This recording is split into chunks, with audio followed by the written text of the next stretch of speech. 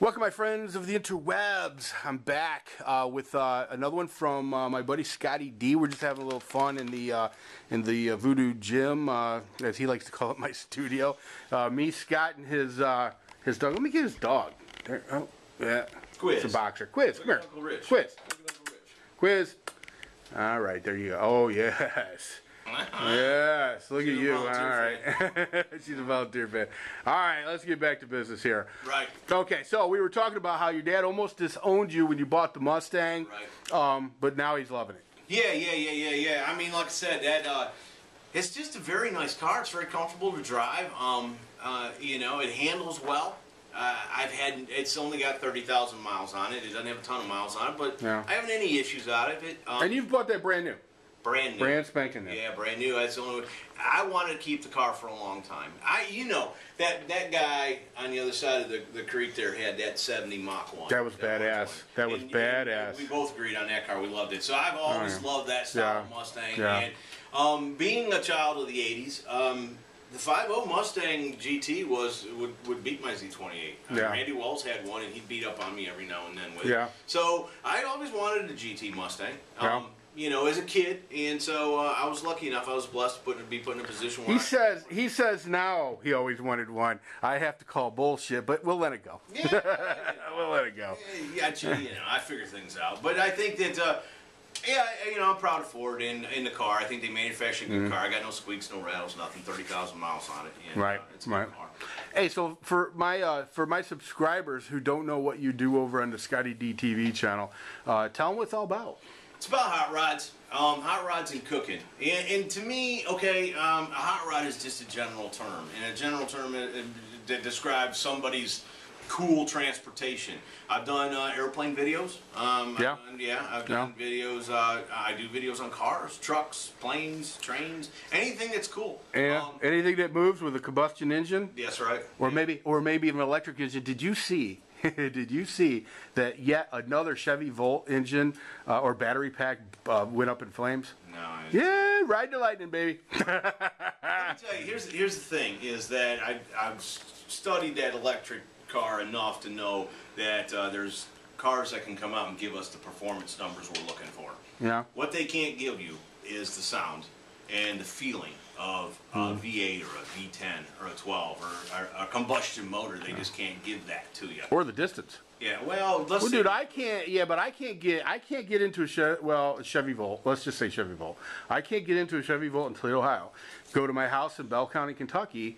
I can't do it. Now it'll switch over to gas. I guess I could run gas the rest of the way. Right. But you know, what's the point in all that? That's right. You know, it'd be like in the old days where everybody traveled in stagecoach and they had to stop overnight places. You know. Maybe. Maybe go back to that. Yeah. You know, to me, you're gonna have to have gas and spark plugs to make a hot rod.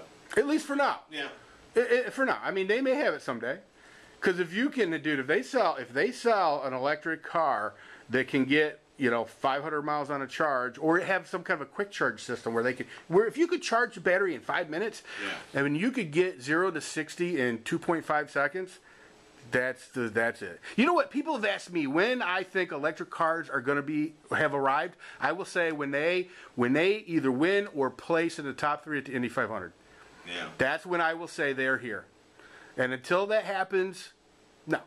Yeah. Well, sanctioning body may stop that because, you know, I mean, if they made an electric car that just ran 150 miles an hour but didn't need any pit stops, you see what I'm saying? I mean, they can make up a lot of time. Maybe not 150, but I'm saying they could run a lot slower if they didn't need to make any pit stops and still end up winning the race. So I think. But I'd be okay if they can go 500 miles without a pit stop. Yeah. I'm there. Okay. I'm at the dealership. You folks, you heard it here. And Who's going to be driving along? I'm not, but he is. I'm going to next year. Hey, I'm going to start buying Al Gore's books. I guess you have already started buying. Sounds like you got a subscription going now. I'm under a voodoo spell. Al Gore's put me under a voodoo spell. All right. So anyway, Scotty D TV is all about hot rods, a little bit of cooking. Now, well, the cooking's. I have noticed. I was about to bring that up. You know, as cool as I love the cooking mixed with the cars, I get you. There's a whole fan base for your cooking. Did this dude?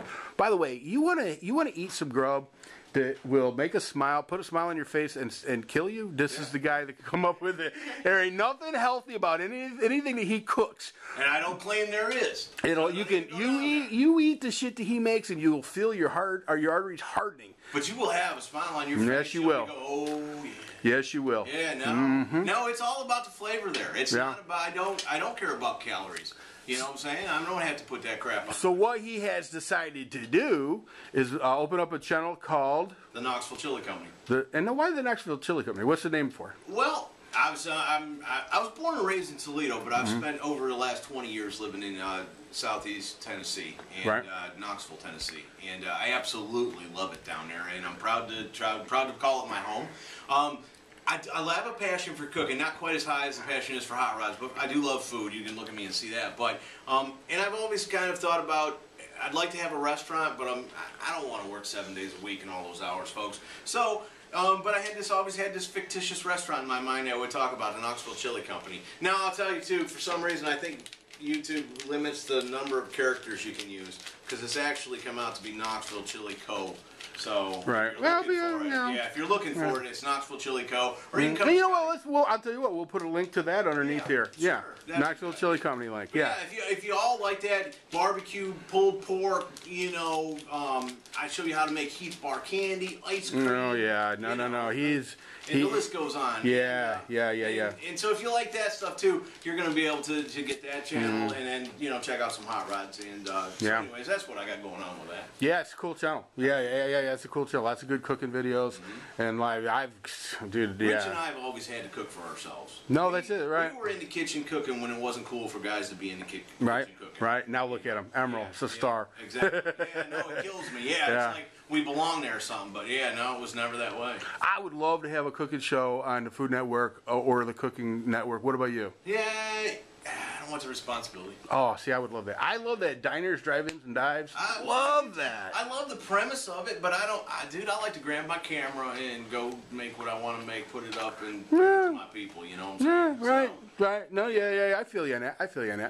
All right, well, listen, why don't we wrap it up? This is what, the 4th or 5th video? It's been a lot of fun, though. I hope if y'all have had this 1/10 of the fun Rich and I have had telling stories on each other. And and Scott doesn't make it home very often, so this is kind of cool for me to be able to do this with him. Though this is the Scott. For those of you who are fans of my real life videos, this is my buddy from Knoxville. This is Scott from Knoxville that came down and had my back over the whole Super Trooper thing when he was pulling his nonsense. Yeah, we sat up. We slept with guns under our pillows. Yeah. We went up there shooting up there next to Frito's house. Yeah. It was a scary time, folks, because it was a time when we were sure they were going to do a drive-by on us. Yeah, well, I thought for sure they'd burn the house because they were going to burn the house down and shoot us. When you first moved in, you found out that the house was set up to get burned down. Yeah, it was. It was set up to get burned down. It was wired to set it on fire. Yep. Yeah. Anyway, listen, everybody, hopefully you've enjoyed these. I guess I'll probably know by now whether you have or you haven't, but you know what? It's all good.